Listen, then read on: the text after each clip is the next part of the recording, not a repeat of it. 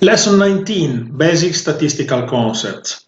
Here what you will learn, what statistics are for in the field of finance, a short outline on the concept of probability, the normal distribution, very important, and just a few notes on the Black-Scholes model. Finance represents one of the many fields in which the possible events are endowed with a wide margin of uncertainty. Therefore, it lends itself to the use of statistics. The uncertainty of events implies that they are not always predictable. However, it must be said in this regard that unpredictability is not the same as impossibility of forecasting. For example, consider the tossing of a coin. You cannot predict the result, but you can make assumptions about it on single throws or on series of throws. These assumptions are based on probabilistic criteria, thanks to which one can calculate the probability of any event and also some confidence measure for that event. What does mean confidence? It means that if you form an expectation, you can measure both the probability to get exactly what you expect and how far you can get and with what probability. An element of fundamental importance here is whether or not the game in which one participates has memory. That is, if what happened in the past can influence what will happen today and in the future. This is a crucial problem that we will discuss when we discuss the implied volatility. Suppose we roll a dice. No one can predict the number that will come out, but we can calculate the probability of getting a 3, the probability of a specific event, or getting a 3 or a 6, probability of multiple disjoint events, one or the other one, or again the result is between some interval, between 2 and 5, for example. One of the biggest problems when investing money is to define an expectation of return and the confidence interval for that expectation. Statistics can be divided into two branches, inferential and descriptive. Inferential statistics allow us to formulate hypotheses on a population of people or any other family of events based on the study of a sample. The conclusions are not certainties, but statements made on the basis of probabilistic measures. Two key problems of this approach are the choice of a representative sample and the assumption of hypotheses regarding the probability distribution of the population data. Descriptive statistics, instead, is used to analyze data series regardless of the probability model underlying them and whether the data come from a sample or from the population. The objective is to reduce the data to some parameters and summary graphs. This is the statistic that interests us here. Now suppose we roll a die. There are 6 possible results, each of which has the same probability if the die is not rigged, of course, 1 in 6. This statement is based on the so-called classical definition of probability. The probability of an event is given by the number of favorable cases divided by the number of possible cases. Going to the bottom of the question, what can actually be expected is that the classical measure of probability becomes more and more accurate as the number of observations increases.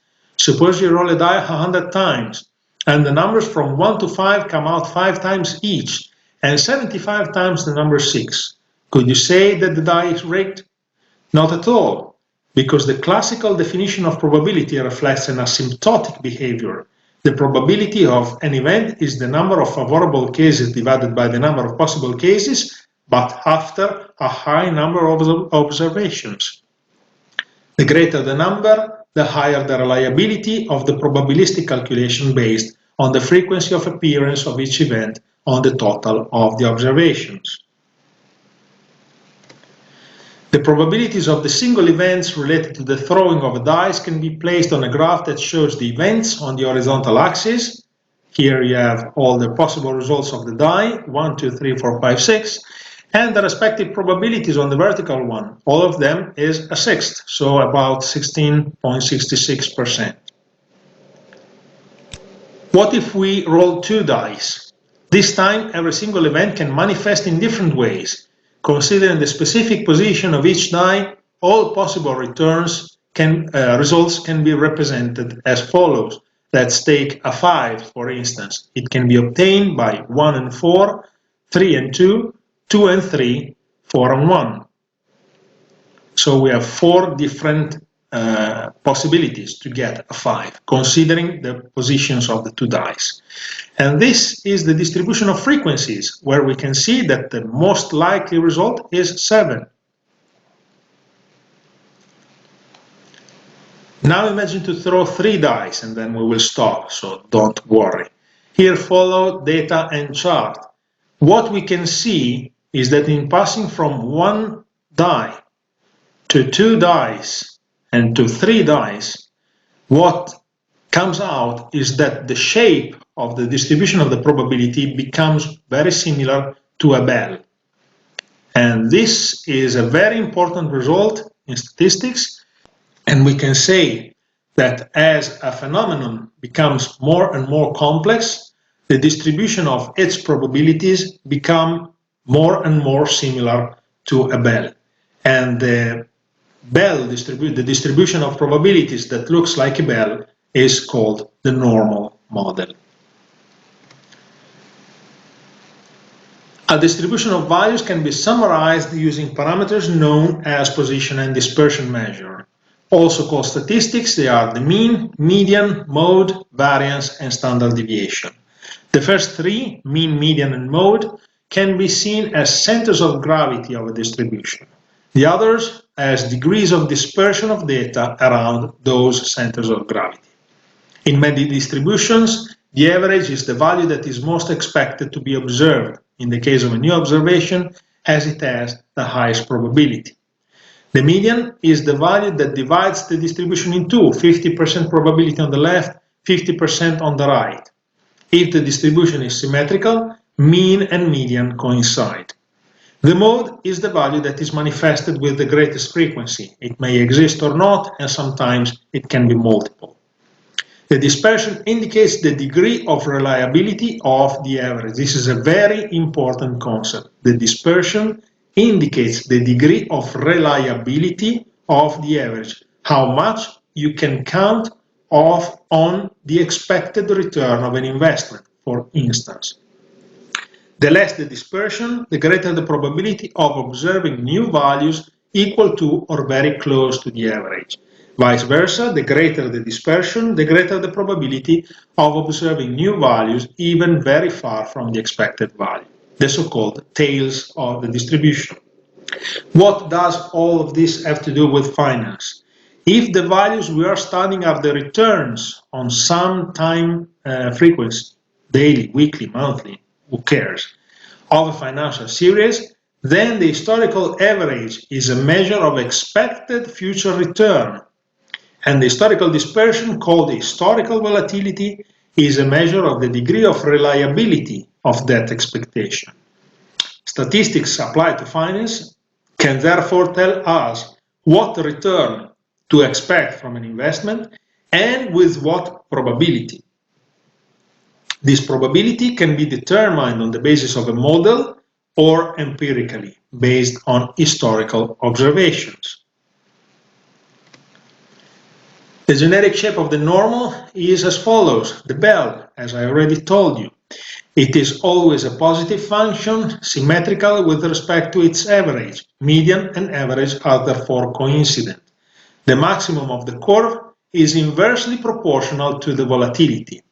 This means, later on we will see an example that will make all of this clearer. This means that instruments with low volatility tend to produce expected returns that are much more predictable and with a lower risk of error than those that are very volatile.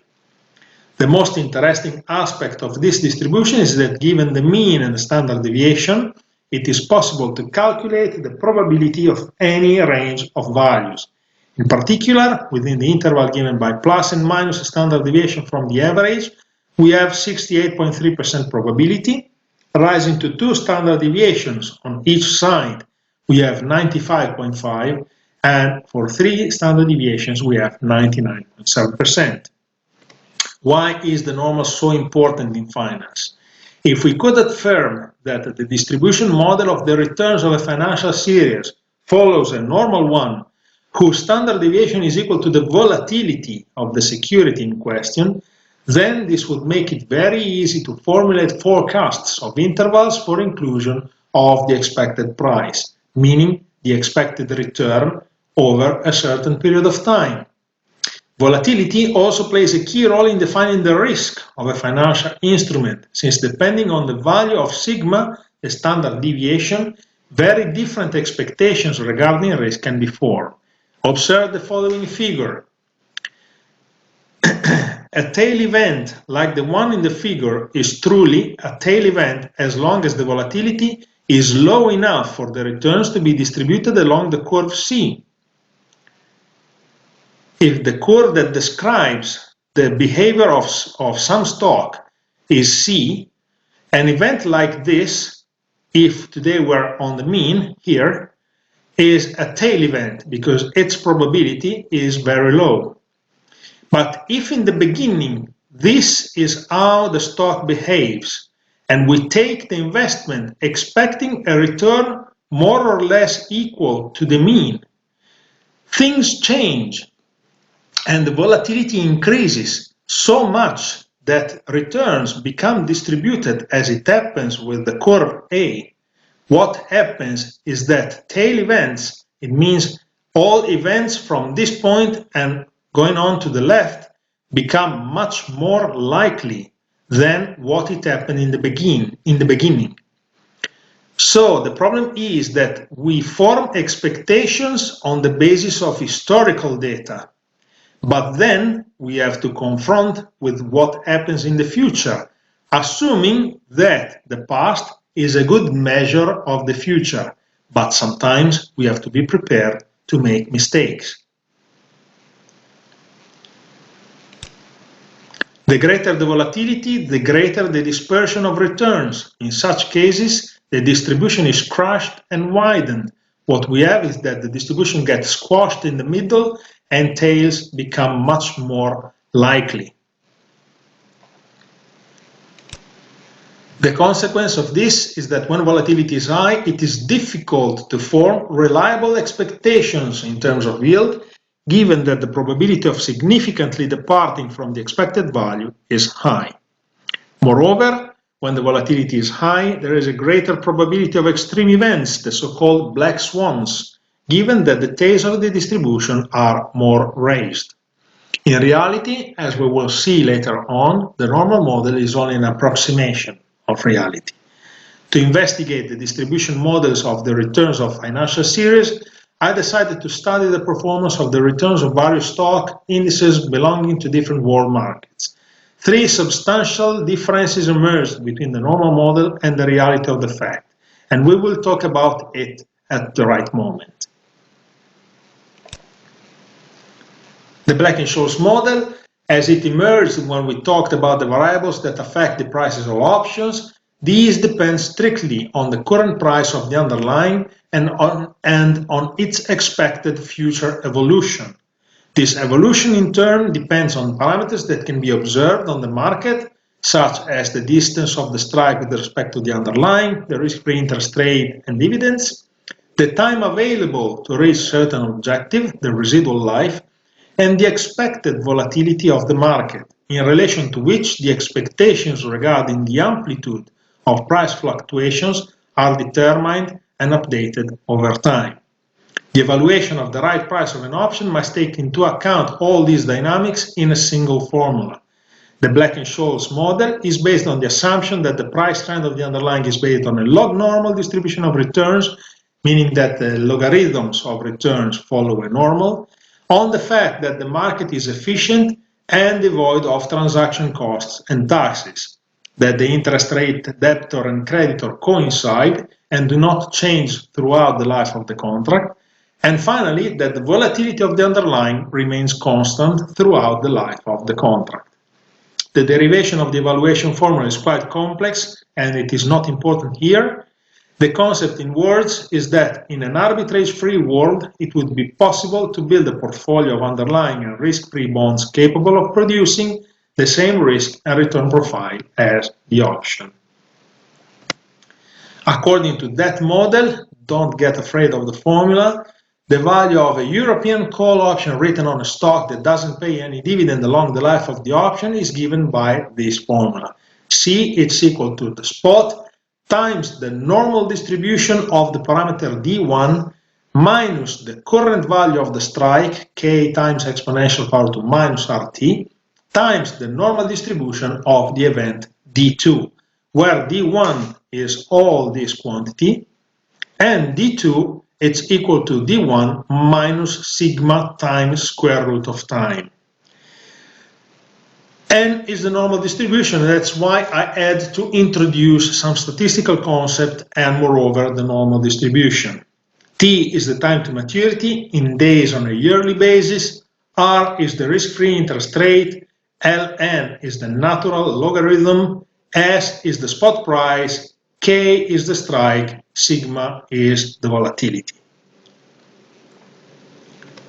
The value of a European put written on a stock that doesn't pay any dividend during the life of the option is instead given by the following formula. P, it's the present value of the strike times normal of minus D2 minus spot times the normal of minus D1, where n of minus D1 is 1 minus n of D1, n of minus D2 is 1 minus n of D2, and all other parameters are already known. These formulas can easily be put in an Excel spreadsheet, but let me tell you in advance, they are useless. Because, as we will see, you never use the Black-Scholes in order to price an option. Because you just have to open the book and see the price that is exchanged in that moment. What you can make of the Black-Scholes is to invert it and use it, starting from the price, to derive a very important parameter, the volatility incorporated in the price, which is the expectation of the future volatility, the future risk of that asset. A very important concept we will see once again in the next lessons. For now, that's all. Don't be afraid of the complication of the Black-Scholes model. Once again, I did not explain you how it is obtained because it is not a purpose of this course, and it's a very complicated procedure. I just wanted to show you that there's a specific pricing model behind the options prices, which, to be stringent, is not always the Black-Scholes, because for specific situations there are also other models that come into play. I just wanted you to see one of them. And moreover, the point is that aside of the Black-Scholes model, there are some more important things to see, and as we will see, the Black-Scholes model is not used to price the formula. I already told you, let me repeat it, it's not used to price an option, but it's made for something else. For now, that's all, and thank you for your attention.